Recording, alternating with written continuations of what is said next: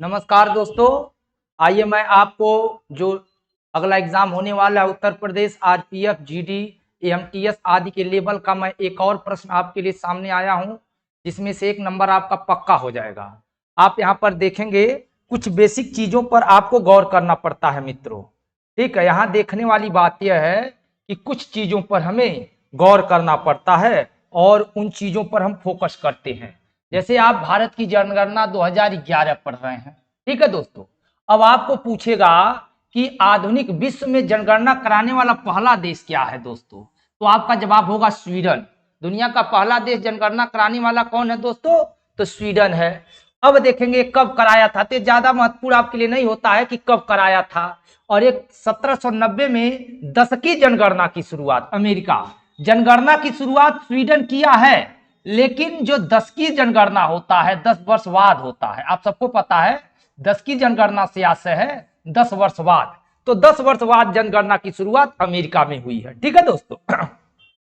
अब पूछेगा कि भारत में जनगणना की शुरुआत किसने किया, तो आपका फटाक जवाब होगा लॉर्ड मेयो। अभी नेक्स्ट एग्जाम हुआ था जो आरओ का हुआ था, तो उसमें यह प्रश्न आया था कि दशकीय जनगणना या भारत में जनगणना की शुरुआत किसने किया, तो आप कहेंगे लॉर्ड मेयो। तो लॉर्ड मेयो ने जनगणना की शुरुआत किया, तो लॉर्ड मेयो की जनगणना पहली जनगणना थी 1872 में। कब किया, 1872 में। लेकिन अगर आपका नियमित या दशकीय जनगणना कहेगा तो लॉर्ड रिपन कहेंगे आप। दो नाम है, मेयो और रिपन। शुरुआत तो मेयो किए हैं, लेकिन दशकीय जनगणना की शुरुआत लॉर्ड रिपन किए हैं। तो दशकीय जनगणना की शुरुआत हमारा 1881 में हुआ है। गौर करेंगे दोस्तों, हालांकि जनगणना की शुरुआत हमारा कब हुआ है, 1872 में, लेकिन दशगणनी या नियमित जनगणना, जहां पर यहां देखिएंगे नियमित शब्द देगा, जनगणना की शुरुआत। ठीक है दोस्तों। अब देखिए स्वतंत्र भारत की पहली जनगणना, तो सिंपल सी बात है 1951 में हुआ होगा। ठीक है। और भारत के पहले जनगणना आयुक्त कौन थे, गोपाल स्वामी। एक और करेंगे, भारत के पहले जनगणना आयुक्त, देखिए जनगणना कराने से पहले एक कमीशन बनाई जाती है और उस कमीशन के आयुक्त बनाए जाते हैं, हम जिसे कमिश्नर बोलते हैं। तो हमारे जनगणना के पहले आयुक्त थे गोपाल स्वामी। ठीक है, कौन थे, गोपाल स्वामी। और जनगणना गृह मंत्रालय कराता है दोस्तों, ये भी गौर करेंगे कि जनगणना कौन कराता है दोस्तों, तो जनगणना गृह मंत्रालय कराता है, शिक्षा मंत्रालय नहीं कराता है। ठीक है, गृह मंत्रालय कराता है। और जनगणना का जो मुख्य अधिकारी होता है, देखिए जनगणना आयुक्त होता है। तो पहले जनगणना आयुक्त कौन थे, गोपाला स्वामी थे। तो जनगणना का जो मुख्य आयुक्त होता है उसे हम क्या बोलते हैं, जनगणना आयुक्त बोलते हैं, कमिश्नर बोलते हैं। ठीक है। अच्छा, 2011 वाली जो जनगणना हमारी हुई थी, यह भारत की कौन सी जनगणना है, तो 15वीं जनगणना है। कौन सी जनगणना है, 15वीं है। लेकिन स्वतंत्र भारत की 7वीं जनगणना है। स्वतंत्र भारत की कौन सी जनगणना है मित्रों, तो 7वीं है। और अब तक कुल जनगणना कितनी हो गई दोस्तों, तो 15वीं हुई है। ठीक है दोस्तों। अब आगे देखते हैं कुछ डाटा, इन चीजों पर फोकस करना चाहिए। हम पढ़ते हैं तो हाईलाइट नहीं करते हैं चीजों को। ठीक है। अब देखिए जो 2011 की जनगणना है उसका शुभंकर क्या है, मस्कॉट है। क्या है, मस्कॉट। मस्कॉट का मतलब प्रगणक शिक्षिका, ये है, ये प्रगणक शिक्षिका, ये क्या है, हमारी जनगणना की शुभंकर है, अर्थात एक प्रकार से लोगो है। ठीक है। और जो हमारा आदर्श वाक्य है, जो नारा था, जो जनगणना हुआ था, हमारी जनगणना हमारा भविष्य, हमारी जनगणना हमारा भविष्य, our census our future, our census our future. और जो 2011 की जनगणना हुई है, तो जनगणना आयुक्त कौन थे दोस्तों, तो डॉक्टर सी चंद्रमौली। पहले कौन थे, गोपाला स्वामी थे, लेकिन जो वर्तमान में हुआ है उसके कौन है दोस्तों, तो डॉक्टर सी चंद्रमौली कहेंगे। क्या कहेंगे, डॉक्टर सी चंद्रमौली कहेंगे। ठीक है। और जो 2011 की जनगणना हुई थी उसमें कुल 29 प्रश्न पूछे गए थे दोस्तों। कितने प्रश्न पूछे गए थे, 29। तो हालांकि ये सब नहीं पूछता है, लेकिन ये चीजें याद रखेंगे दोस्तों। और एक इनका पूछ लिया था, पिछली बार पूछ लिया था। ठीक है। अब देखिए, अब चूंकि 2011 में हुआ था, 10 साल बाद में होगा, तो 2021 में भी जनगणना होगा। ठीक है। तो 2021 में जो जनगणना हुआ कि नहीं हुआ, तो 2021 में जो जनगणना थी, 51वीं जनगणना थी, 16वीं जनगणना थी, और इसके आयुक्त बनाए गए हैं विवेक जोशी। वर्तमान में जो जनगणना होगी 2021 में, अभी हुई नहीं है, अभी हुई नहीं, क्योंकि कोरोना के कारण इसे पोस्टपोन स्थगित कर दिया गया। तो इसके श्री विवेक जोशी जी हैं दोस्तों, ठीक है। और इसका आदर्श वाक्य क्या है? जन भागीदारी से जन कल्याण, जन भागीदारी से जन कल्याण। और इसका यह था, दोनों में फर्क समझेंगे, ठीक है। और इसमें कुल कितने प्रश्न पूछे जाएंगे? 31 प्रश्न। पिछले में 29 प्रश्न, इसमें 31 प्रश्न। और यह क्या होगा? जो 2021 की जनगणना होगी, ये भारत की पहली डिजिटल जनगणना होगी।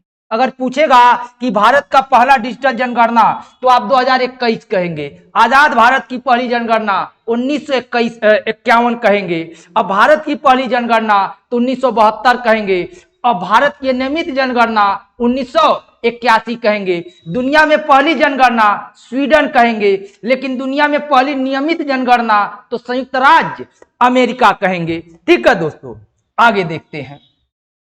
अब देखिए, जो जनगणना हुआ, इसमें हम अभी आपको इसी के साथ उत्तर प्रदेश के भी टॉपिक जोड़ दिया करेंगे, ठीक है। अब जैसे 2011 में जो जनगणना के अनुसार भारत की कुल आबादी मोटे तौर पर क्या कहेंगे? 121 करोड़, 121 करोड़ समथिंग, ये तो देख ही रहे हैं। लेकिन मोटे तौर पर आपको रखना है याद, क्या? 121 करोड़, ठीक है। हाँ, जो कुल जनसंख्या किसकी?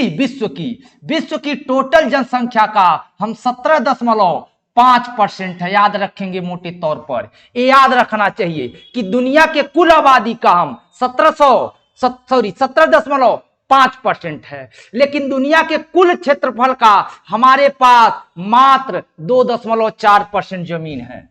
दुनिया के कुल अगर क्षेत्रफल देखा जाए, दुनिया की कुल बॉडी देखी जाए, तो दुनिया का जो कुल क्षेत्रफल है उसका मात्र 2.4% हमारे पास है। और दुनिया में हम चौथे स्थान पे आते हैं क्षेत्रफल में दोस्तों। आपको पता है कि दुनिया में हमारा कौन सा स्थान है क्षेत्रफल के आधार पर?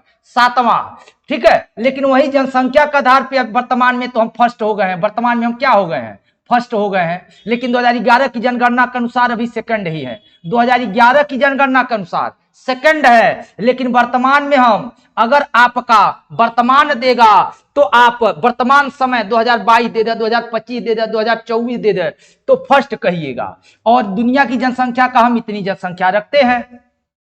और जो जनसंख्या वृद्धि दर है हमारी 17.7 है। भारत की जनसंख्या वृद्धि दर 17.7 है दोस्तों। लेकिन अगर हम वही बात यूपी की जाए, अगर बात यूपी के जनसंख्या वृद्धि की दर की जाए, तो आप कहिएगा 20.2%।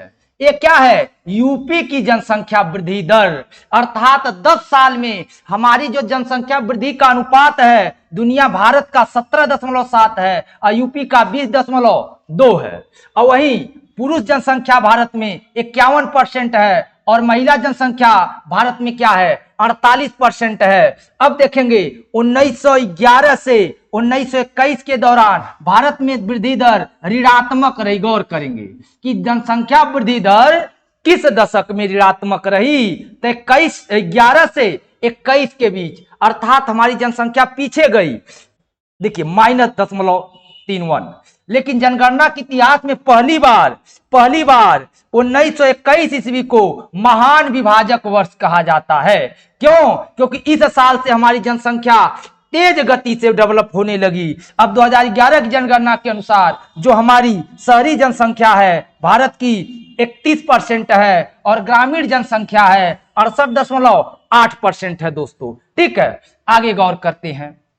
अब देखिए, अगर देखा जाए राज्य में, तो सर्वाधिक जनसंख्या किसका है? उत्तर प्रदेश का है।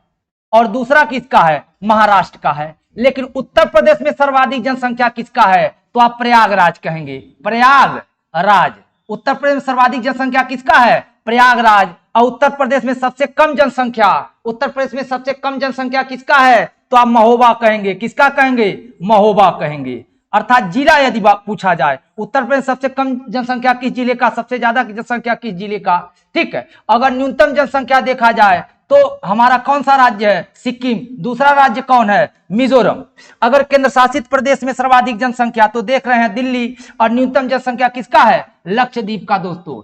अब नेक्स्ट आगे देखेंगे, अगर देखा जाए राज्य में सर्वाधिक जनसंख्या वृद्धि दर किसका रहा? मेघालय का रहा। किसका रहा? मेघालय का रहा। और सबसे कम किसका रहा? अरुणाचल प्रदेश का रहा। अगर यूपी में देखा जाए, यूपी में सबसे तेज जनसंख्या वृद्धि दर किसका रहा? तो आप कहेंगे कानपुर। किसका?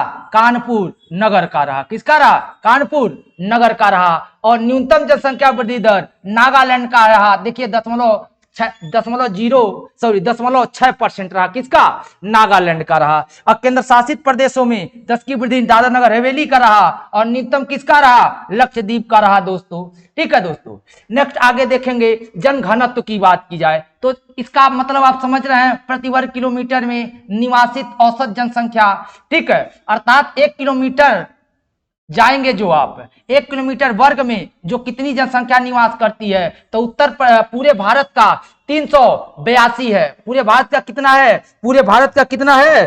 तो 382 है। लेकिन वही भारत की यूपी की जाए, आप अगर यूपी की किया जाए तो 829 है। ये भी गौर करेंगे, यूपी का 829 और ये इसका है।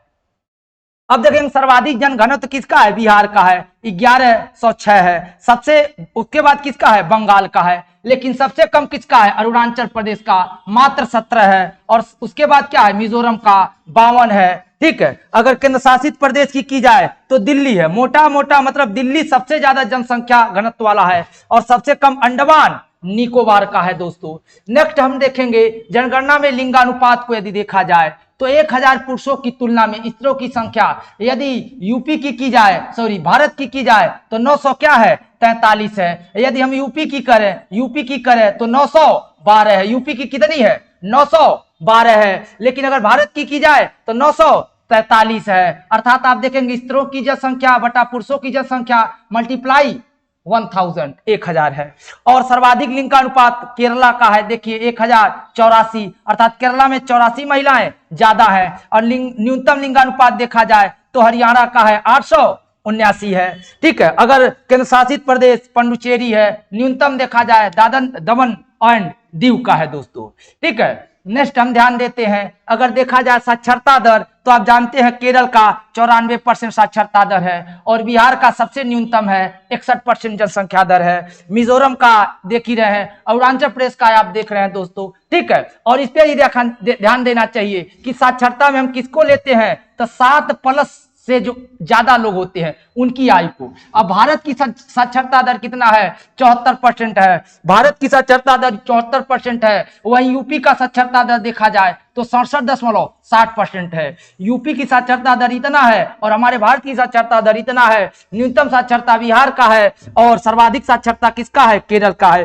केंद्र प्रशासित प्रदेशों में लक्षद्वीप है और न्यूनतम है दादर नगर हवेली है दोस्तों। ठीक है दोस्तों, क्योंकि फास्ट रिवीजन की आवश्यकता पड़ती है। ग्रामीण जनसंख्या की बात की जाए तो सर्वाधिक ग्रामीण जनसंख्या कहां? हिमाचल प्रदेश में। कितना परसेंट है? 90। तो न्यूनतम ग्रामीण जनसंख्या गोवा की है। ठीक है, और सर्वाधिक शहरी जनसंख्या गोवा की है, लेकिन न्यूनतम शहरी जनसंख्या हिमाचल प्रदेश की है। ठीक है, वही केंद्र शासित प्रदेश की बात की जाए दिल्ली, और न्यूनतम शहरी जनसंख्या वाला किसका है? अंडमान निकोबार का है दोस्तों। आगे देखेंगे कि 2011 अगर देखा जाए 2011 की जनगणना अनुसूचित जाति, तो अनुसूचित जाति में सबसे ज्यादा एससी जनसंख्या वाला केंद्र शासित प्रदेश या प्रदेश यूपी। आपको पता है सबसे ज्यादा एससी या था सबसे ज्यादा अनुसूचित जनजाति कहां रहते हैं? तो आप कहेंगे उत्तर प्रदेश में, और जनसंख्या प्रतिशत वाले में पंजाब कहेंगे। परसेंट के हिसाब से क्या कहेंगे? पंजाब कहेंगे। और 2011 की जनगणना के अनुसार अनुसूचित जनजाति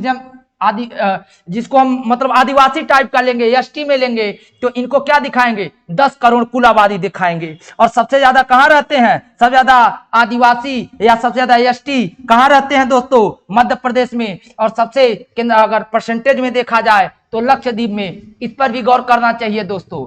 नेक्स्ट हम ध्यान देते हैं, और नागालैंड, अरुणाचल प्रदेश, लक्षद्वीप, अंडमान निकोबार द्वीप समूह में कोई भी अनुसूचित जाति एससी निवास नहीं करती है। एक गौर करने वाली बात है। अधिकांशतः कारण है क्योंकि यहाँ के जो एससी लोग हैं इनको ये ईसाई आदि में मतलब कन्वर्ट हो गए हैं, तो ये गौर करेंगे आप, इन राज्यों को गौर करेंगे। वहीं पंजाब, हरियाणा, दिल्ली, चंडीगढ़, पुडुचेरी में अनुसूचित जनजाति एसटी निवास नहीं करते, भी गौर, ये दोनों मोस्ट इंपॉर्टेंट है दोस्तों, थोड़ा सा समझने के लिए तो ध्यान देना चाहिए।